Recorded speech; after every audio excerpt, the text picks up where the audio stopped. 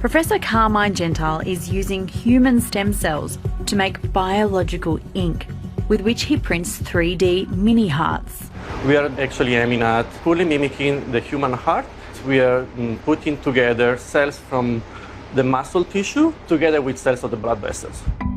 These cells are grown from a very special thing we all carry in our bodies, stem cells. By taking something as simple as a tiny piece of skin, you can obtain stem cells, and they've managed to induce these into heart muscle cells. Turning skin into heart cells is pretty amazing, but now the magic really happens. So these are the cells that we grow, and then we take them to the robot which makes the mini heart. Okay. This is like a cooking show. Here's one we prepared earlier, MasterChef, tissue culture style.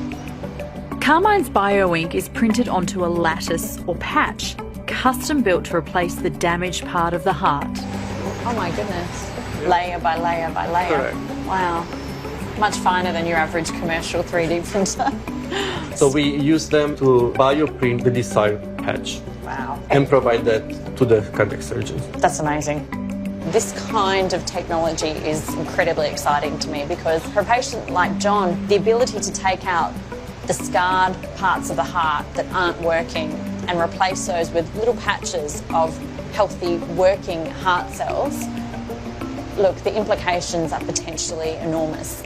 Eventually one day, is it possible that we could print an entire heart? That would be theoretically possible, yes. That's wow.